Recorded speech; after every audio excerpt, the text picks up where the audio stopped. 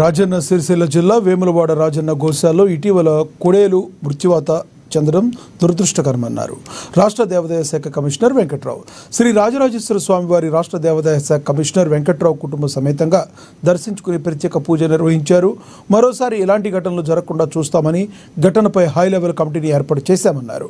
పూర్తిస్థాయి నివేదిక రాగానే నిర్లక్ష్యంగా వ్యవహరించిన వారిపై కఠినమైన చర్యలు తీసుకుంటామన్నారు. ప్రతి కోడెకి జియో ట్యాగ్ చేయడంలో ఆలస్యం జరిగిందని తెలిపారు. కోడెల సంరక్షణ కోసం అదనంగా సిబ్బంది కేటాయిస్తున్నామని చెప్పారు. అలాగే పర్మనెంట్గా వెటర్నరీ డాక్టర్ను నియమించనున్నట్లుగా కమిషనర్ తెలియజేశారు. ప్రస్తుతం గోశాల చిన్నగా ఉండడంతో కొత్తగా 53 లక్షలతో గోశాలను ఏర్పాటు చేయబోతున్నట్లుగా తెలిపారు.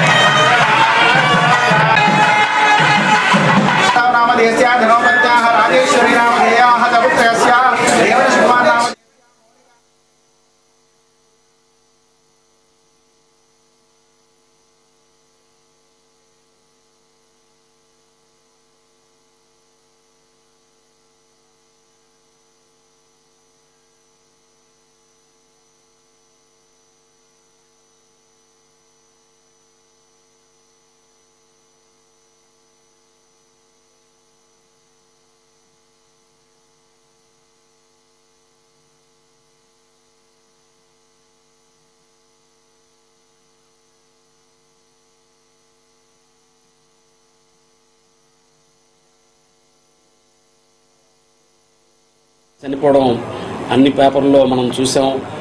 ప్రింట్, ఎలక్ట్రానిక్ మీడియా, సోషల్ మీడియాలో అన్నింటిలో బాగా వచ్చింది.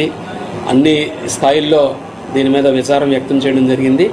ఇటువంటి సంఘటనలు జరగకుండా ఏం చేయాలనే దాని మీద వెంటనే ప్రభుత్వం ఉత్తర్వులు తీసుకొని ఇమ్మీడియట్గా ఒక హై లెవెల్ కమిటీని ఏర్పాటు చేసి వారు వచ్చి సందర్శించారు.